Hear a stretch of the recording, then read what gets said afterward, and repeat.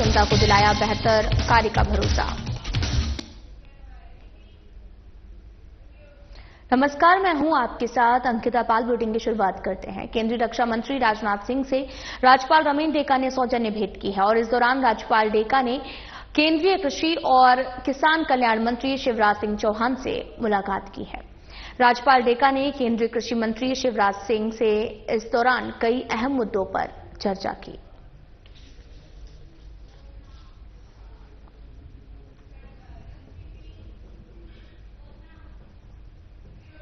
मुख्यमंत्री विष्णुदेव साय ने ऊर्जा नगरी कोरबा के घंटाघर मैदान में आयोजित विशाल आमसभा को संबोधित किया। इस दौरान सीएम साय ने निकाय चुनाव के लिए भारतीय जनता पार्टी के घोषणा पत्र अटल विश्वास पत्र को लेकर चर्चा की। उन्होंने कहा कि अटल विश्वास पत्र में नगरीय निकाय क्षेत्रों के विकास के लिए जो घोषणा की गई है वो विकास की गारंटी है। जिस तरह से मोदी की गारंटी मतलब गारंटी पूरी होने की गारंटी, ठीक उसी तरह से हम अटल विश्वास पत्र का एक एक वादा पूरा करेंगे, ये हमारी गारंटी है। इस दौरान सीएम साय ने जनता से बीजेपी प्रत्याशी के पक्ष में वोट की अपील की और कहा कि प्रदेश के सभी नगरीय निकायों में ट्रिपल इंजन की सरकार बनाना है।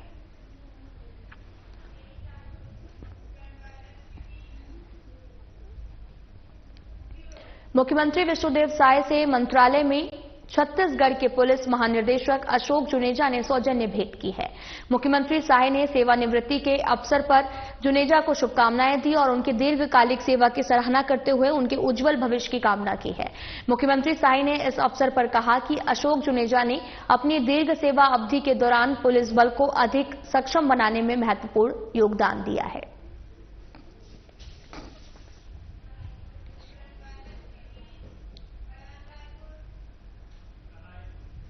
उप मुख्यमंत्री अरुण साव ने कांग्रेस पर जमकर निशाना साधा। उन्होंने कहा कि कांग्रेस पार्टी झूठ बोलना बंद करे। हमारी सरकार ने कहा है कि जो नजूल भूमि के पट्टाधारक हैं उनको भू स्वामित्व देंगे, कानून में परिवर्तन करके, और जिनका जो समेकित कर पट्टा है ऐसे लोगों को भी प्रधानमंत्री आवास मिले, इसकी योजना हमने बनाई है।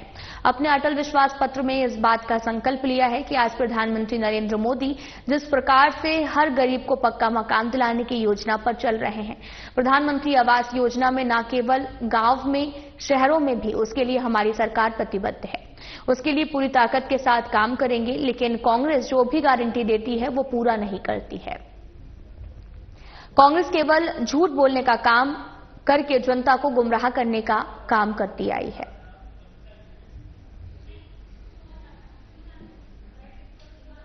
आपको बता दें कि उप मुख्यमंत्री अरुण साव ने कांग्रेस पर जमकर निशाना साधा। उन्होंने कहा कि कांग्रेस पार्टी झूठ बोलना बंद करे। हमारी सरकार ने कहा कि नजूल भूमि का पट्टाधारक और उनको भू स्वामित्व देंगे, तो कानून में परिवर्तन करके, और जिनका जो समेकित कर पट्टा है ऐसे में लोगों को भी प्रधानमंत्री आवास मिले, इसकी योजना हमने बनाई है। कांग्रेस पार्टी झूठ बोलना बंद करे। हमने कहा है जो नजूल भूमि के पट्टाधारक हैं उनको भू स्वामित्व देंगे, कानून में परिवर्तन करके, और जिनका जो समेकित कर पटाते हैं, बिजली का बिल पटाते हैं, ऐसे लोगों को भी प्रधानमंत्री आवास मिले, इसकी योजना हमने बनाई है और अपने अटल विश्वास पत्र में इस बात का संकल्प लिया है। आज प्रधानमंत्री माननीय नरेंद्र मोदी जी जिस प्रकार से हर गरीब को पक्का मकान दिलाने के योजना पर चल रहे हैं, प्रधानमंत्री आवास योजना में, न केवल गांवों में, शहरों में भी, उसके लिए हमारी सरकार प्रतिबद्ध है और उसके लिए पूरी ताकत के साथ काम करेंगे। राजधानी रायपुर राजीव भवन में कांग्रेस ने निकाय चुनाव के लिए अपना घोषणा पत्र जारी किया है। प्रदेश के 17 जगहों पर कांग्रेस के वरिष्ठ नेताओं ने ये घोषणा पत्र जारी किया है। साथ ही रायपुर में प्रेस वार्ता के माध्यम से पीसीसी चीफ दीपक बैज ने घोषणा पत्र जारी किया। कांग्रेस ने इस घोषणा पत्र का नाम जन घोषणा पत्र रखा है। पीसीसी चीफ दीपक बैज ने घोषणा पत्र जारी करते हुए कहा कि इसमें नई बातें, नए इरादे के साथ जनता के बीच में हम जा रहे हैं। नगरीय निकाय के विकास के लिए तमाम पैमाने जो हैं वो तैयार किए गए हैं और 34 बिंदुओं में जन घोषणा पत्र जारी किया गया है, जिसमें महिला सुरक्षा, तालाबों के सौंदर्यीकरण, निरस्त पेंशन जैसे मुद्दों का जिक्र है।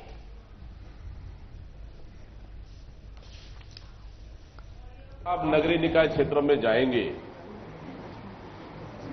कई मेयर से मुलाकात करने, अध्यक्ष से मुलाकात करने, और तो आप लोगों ने कम से कम वहां पे एक बढ़िया सा एक रूम अरेंजमेंट करेंगे जहां पे आप बैठे, वहां पे चाय पिए, हो सके वाईफाई रहेगा वहां पे, तो तमाम तरह की सुविधाएं आप लोग को भी दी जाएगी। देखिए, इसका तरीका ये है, अभी तक आप देखेंगे सरकार 1 साल हो चुकी है, मैं लगातार इस बात को कहते आ रहा हूं, फिर भी मैं कह रहा हूं कि सरकार बनने के 1 साल बाद भी शहरी क्षेत्रों में एक भी आवास अभी तक उपलब्ध नहीं कराई है। हितग्राही को आवास नहीं मिल पाया है, पहला चीज। दूसरा, अब आवास पाने के लिए हितग्राही को जाति, निवास, आय प्रमाण पत्र, इस तरह के कई तरह के उलझने पैदा कर दिए हैं ताकि आवास लेने वाला अधिकारी और ऑफिस का चक्कर काटते रहे। इन सबसे मुक्ति दिलाने के लिए निश्चित रूप से उनके लिए जो सर्व सुविधा युक्त हो, सरल हो, उसके लिए मदद की जाएगी। दुर्ग शहर से वार्ड क्रमांक 35 से कांग्रेसी प्रत्याशी शत्रुघ्न चक्रधारी ने चुनाव प्रचार शुरू कर दिया है। और आपको बताते चले कि पिछले कई सालों से शत्रुघ्न चक्रधारी कांग्रेस पार्टी से जुड़े हुए हैं। पार्टी द्वारा उनके कार्यों को देखते हुए इस बार कांग्रेस द्वारा वार्ड क्रमांक 35 से कांग्रेसी प्रत्याशी के रूप में चुना गया है। शत्रुघ्न चक्रधारी ने कहा कि वो इस वार्ड से पार्षद पद पर विजय होते हैं तो सबसे पहले कई वर्षों से नया पारा बांधा तालाब में संचालित शराब दुकान को वहां से हटाने का प्रयास करेंगे। साथ ही वार्ड में फैली हुई गंदगी और मूलभूत सुविधाओं के लिए कार्य करेंगे। दुर्ग शहर से वार्ड क्रमांक 35 से कांग्रेस प्रत्याशी ने चुनाव प्रचार शुरू कर दिया है। पिछले कई सालों से वो कांग्रेस पार्टी से भी जुड़े हैं। पार्टी द्वारा उनके कार्यों को देखते हुए इस बार कांग्रेस द्वारा वार्ड क्रमांक 35 से कांग्रेस प्रत्याशी के रूप में उन्हें चुना गया है। साथ ही आपको यह भी बता दें कि सबसे पहले कई सालों से नया पारा बांधा तालाब में संचालित शराब की दुकान को वहां से हटाने का प्रयास करेंगे।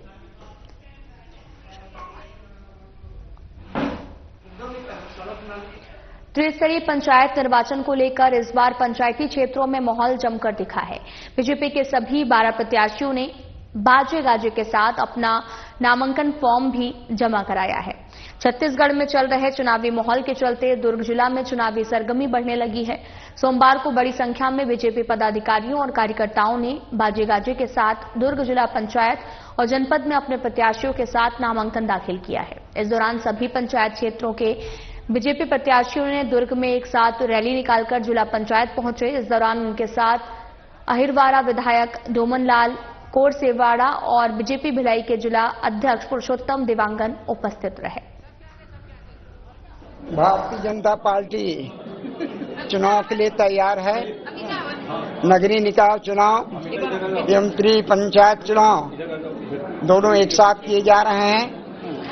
डबल इंजन की सरकार है, तीसरी सरकार बनाने जा रहे हैं। हमारे प्रत्याशी वार्ड नंबर 3 अमिताभ बंजारे जी हैं, जो एसी के सुरक्षित है और एक बार जिला पंचायत सदस्य रह चुकी है। ऐसे प्रत्याशी हमने उतारा है और जनाधार भी है। चुनाव जीत तैयार हैं। कमल छाप वार्ड नंबर 3 में खिलेगा। वैसे वार्ड नंबर 4 से सरस्वती बंजारे जी को दिया गया है, टिकट नॉमिनेट किया गया है और भारतीय जनता पार्टी का प्रत्याशी है। निश्चित तौर पर वार्ड नंबर 4 एसी महिला सुरक्षित होने के कारण वहां पर हम प्रत्याशी देकर कमल छाप खिलाएंगे और कमल छाप के नेतृत्व में जिला पंचायत का चौथा जो ड्रामा है वो जीतेंगे। में पहले बार ग्रामीण क्षेत्र जुड़ा है और भिलाई जिले में 3 जो है जिला है और 17 जो है जनपद है। 3 जिले में जैसे हमारे विधायक जी ने बताया कि 3 नंबर में जो है अमिताभ बंजारे जी को टिकट मिला है और वो जो है जिले के जो है दुर्ग जिले में थी तो जिले की मंत्री थी, वो लगातार एक बार जो है सदस्य रह चुकी है। इसी प्रकार 4 में हमारे जो सरस्वती बंजारे जी वो भी बहुत कर्मठ और जुझारू कार्यकर्ता हैं और 5 नंबर जो है हमारा ओबीसी है जिसमें जितेंद्र यादव जी को बहुत ही पार्टी विश्वास के साथ में वो भी मंडल के जो है जिले के मंडल के पदाधिकारी रहे हैं। तो ऐसे जो है 3 जिला पंचायत और जो है 17 जनपद ये भिलाई जिले में पहले बार आया तो भिलाई जिला भारतीय जनता पार्टी में 13 मंडल हो गए हैं। तो हमारी तैयारी तो भारतीय जनता पार्टी कार्यकर्ता 365 दिन रहते हैं, आप सब जानते हैं। और ये तीनों जगह इस बार जो है भाजपा का जो है कमल खिलेगा और 17 जनपद में भी हम भिलाई जिला जीतने का प्रयास करेंगे और जीत रहे हैं। आपको विश्वास दिलाता हूं कि दो जो महिला सीट है, एक मुक्त है और एक जनजाति, तो ये दोनों में से जिला पंचायत अध्यक्ष हम बना रहे हैं और जनपद अध्यक्ष भी हम बनाएंगे। ये मैं भिलाई जिले को आश्वस्त करता हूं आपको, क्योंकि 1 साल की विष्णुदेव जी की सरकार के जो काम है, जो वादा उन्होंने किया था, 1 साल के अंदर पूरा किए हैं। और रही बात विपक्ष की, वो तो कहीं धरातल पे दिख नहीं रहा है। दुर्ग के नगरीय निकाय चुनाव में वार्ड क्रमांक 60 से बीजेपी प्रत्याशी श्वेता ताम्रकर ने चुनाव प्रचार जोर शोर से शुरू कर दिया है। और आपको बता दें कि श्वेता ताम्रकर पिछले कई सालों से राष्ट्रीय सेवक संघ और भारतीय जनता पार्टी से जुड़ी हुई हैं। इसे देखते हुए पार्टी ने उन पर विश्वास दिखाते हुए बीजेपी प्रत्याशी के रूप में चुना है। श्वेता ताम्रकर ने चुनाव प्रचार की शुरुआत करते हुए घर घर जाकर लोगों की समस्याओं को सुनते हुए अपने लिए मत करने का अनुरोध किया है। साथ ही उन्होंने कहा कि अगर वो जीत कर आती हैं तो लोगों को जितनी भी मूलभूत सुविधाएं हैं उनके लिए काम करेंगी, वार्ड में जन कल्याणकारी योजनाओं का क्रियान्वयन भी करेंगे।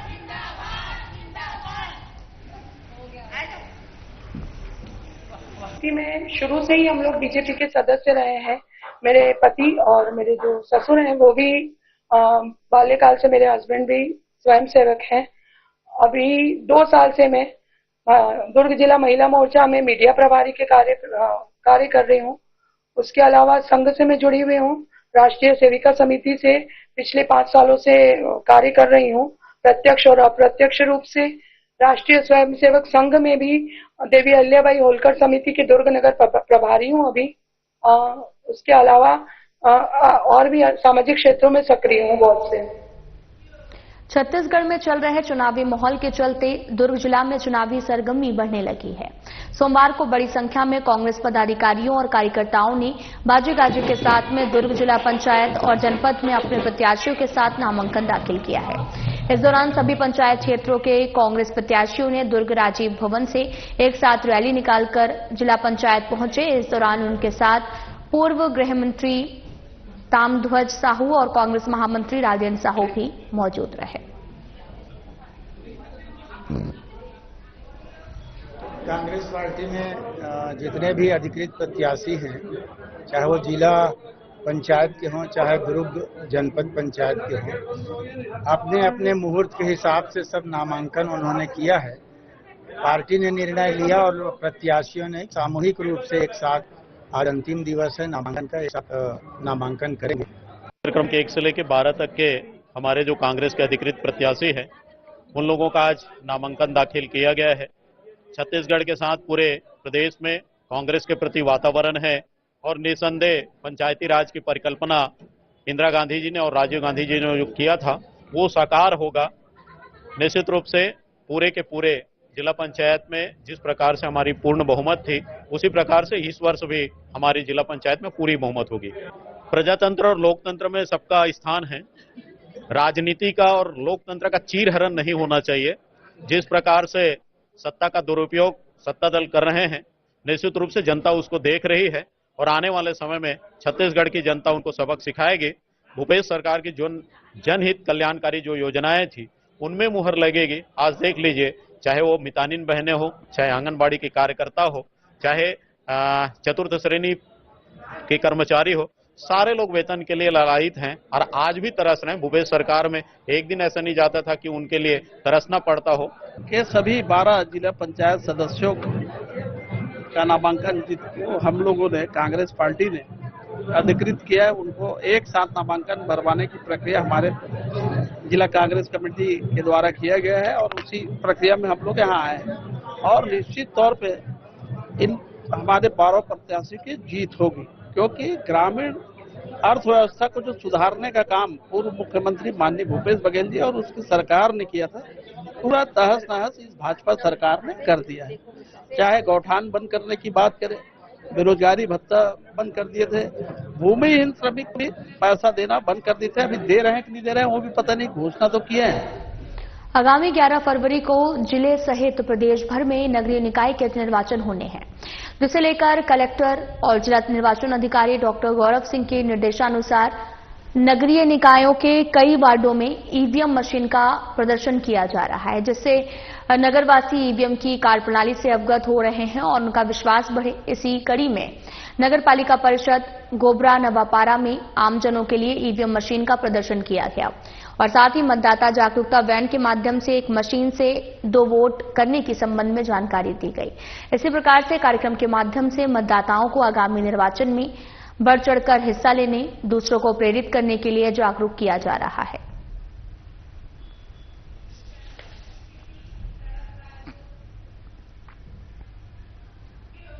खबर मध्य प्रदेश से है, जहां पर रायपुर में सम्मान कार्यक्रम का आयोजन किया गया। सड़क सुरक्षा माह 2025 के दौरान यातायात पुलिस द्वारा चलाए गए जागरूकता मुहिम में सहभागिता देकर कार्यक्रम को सफल बनाने वाले एनजीओ, निजी संस्थान, स्कूली छात्र छात्राएं, यातायात पुलिस के अधिकारी और स्टाफ के सम्मान के लिए सम्मान समारोह का आयोजन किया गया है। अतिरिक्त पुलिस अधीक्षक यातायात रायपुर सभागार में कलेक्टर गौरव कुमार सिंह की मुख्य अतिथि में भी कार्यक्रम संपन्न हुआ है।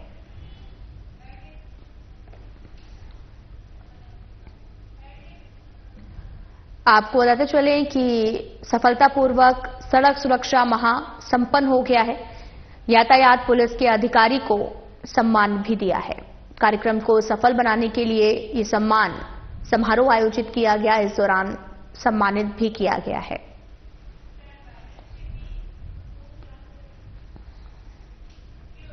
राजगढ़ जिले से 15 किलोमीटर दूर स्थित गोरखपुरा गांव में खाद्य विभाग, राजस्व विभाग और पुलिस की संयुक्त टीम ने छापेमारी की है। इस कार्रवाई में डेयरी से 150 लीटर नकली दूध और इलेक्ट्रोज पाउडर बरामद हुआ है।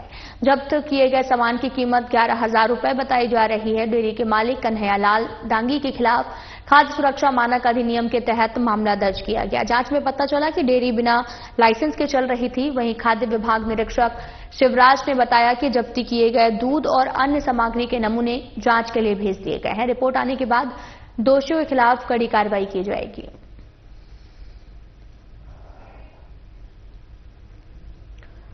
राजगढ़ जिले से 15 किलोमीटर दूर स्थित गोरखपुरा गांव में खाद्य विभाग, राजस्व विभाग और पुलिस की संयुक्त टीम ने छापेमारी की है और इस कार्रवाई में डेयरी से 150 लीटर नकली दूध, इलेक्ट्रोज पाउडर बरामद हुआ है और जब्त किए गए सामान की कीमत 11,000 रुपए बताई जा रही है। और साथ ही आपको ये भी बताते चलें कि इसके बाद में एक बड़ी कार्रवाई की गई है और वहीं मामले भी दर्ज किए गए हैं।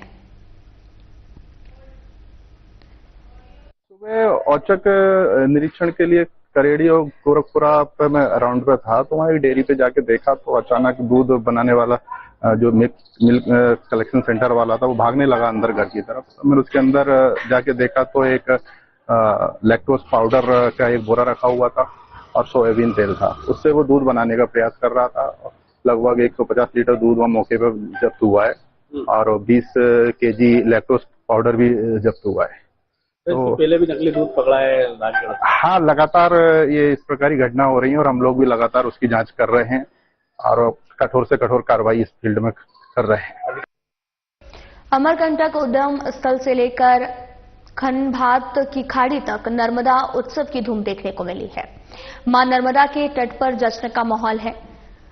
भक्तगण नर्मदा माई की भक्ति में भाव विभोर होकर नाचते गाते झूमते नजर आ रहे। वहीं इन सबके बीच में पवित्र नर्मदा उद्गम स्थल से ठीक सामने की तस्वीर मन को विचलित कर देने वाली है, जहां पर नारी सम्मान को तार तार कर देने वाली है। ये तस्वीर न सिर्फ जिला प्रशासन पर बल्कि स्थानीय धर्मावलंबियों पर भी प्रश्न चिन्ह खड़ा करती है। नर्मदा जन्मोत्सव पर जहां एक तरफ जिला प्रशासन और मंदिर ट्रस्ट की ओर से विविध प्रकार के कार्यक्रम आयोजित कर कन्या पूजन कर शक्ति की आराधना की जा रही है, तो वहीं दूसरी ओर मंदिर के सामने बने जूता चप्पल स्टैंड पर मातृ शक्ति द्वारा आगंतुकों के भी जूते चप्पल उठवाए जा रहे हैं। जूता चप्पल स्लॉट में महिलाएं अपनी स्वेच्छा से मानव सेवा कर कोई पुण्य लाभ कमाने में नहीं लगी हैं, बल्कि मंदिर ट्रस्ट द्वारा इन महिलाओं को ऐसे अपमानजनक काम में लगाया गया है।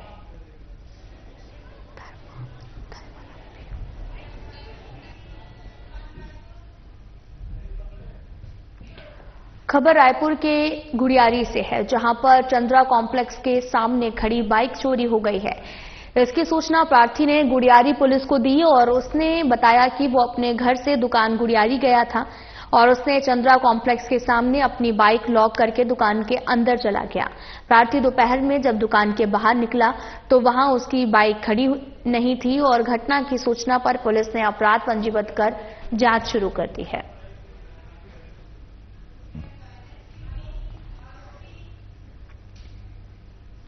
सिंगरौली एसपी मनीष खत्री ने 3 साल पहले हुए अंधे कत्ल का खुलासा किया है। एसपी मनीष खत्री ने मामले का खुलासा करते हुए बताया कि मृतक की हत्या गला घोटकर की गई है और संदेही सलीम मोहम्मद से पुलिस ने कड़ाई से पूछताछ की और वैज्ञानिक विश्लेषण किया। या तो आरोपी ने अपना जुर्म कबूला। आरोपी की पत्नी मृतक से झाड़ फूंक करवाती थी और इस दौरान पति को मृतक के उसके पत्नी के साथ में संबंध पर शक हुआ था, जिसके चलते उसने हत्या की घटना को अंजाम दिया है।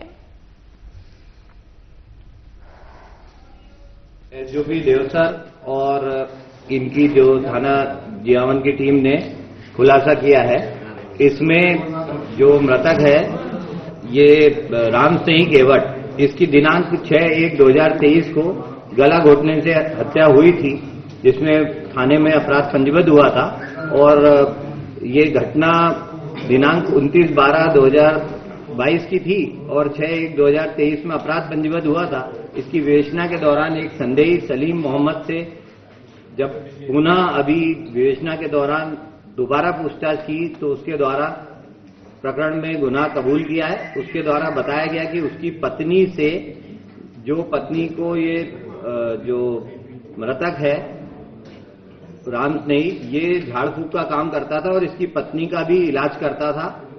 और आरोपी ने यह भी बताया कि मृतक उसकी पत्नी की तरफ गलत नियत रखता था और उसने आरोपी को अश्लील हरकत करते भी देख लिया था, जिस बात से रुष्ट होकर उसने अपने रिश्तेदार अकबर खान के साथ दिनांक 21/12/2022 को गला घोट के ये राम स्नेही की हत्या की थी।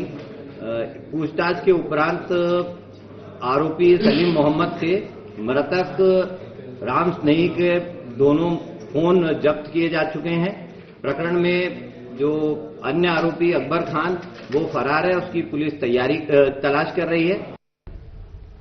खबर रायसेन से है, जहां पर मरीज को जिला अस्पताल लेकर जा रही एम्बुलेंस अनियंत्रित होकर लगभग 12 फीट गहरी खाई में गिर गई है। एम्बुलेंस में सवार मरीज पति सहित उसकी पत्नी की भी मौके पर मौत हो गई। वहीं एम्बुलेंस के ड्राइवर, हेल्पर और सहायक डॉक्टर गंभीर रूप से घायल हुए हैं। मौके पर पहुंची पुलिस ने तत्काल ही तीनों घायलों को इलाज के लिए जिला अस्पताल भेजा है। तस्वीरें आपको दिखा रहे हैं, तस्वीरें रायसेन से हैं, जहां पर अनियंत्रित होकर एम्बुलेंस अचानक से पलट गई। एम्बुलेंस में सवार मरीज की मौके पर मौत हो गई है।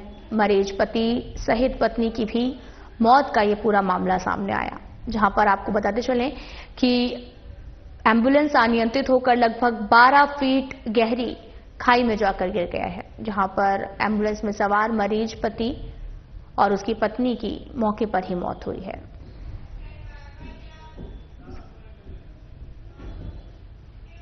राबड़े में इतना ही। नमस्कार।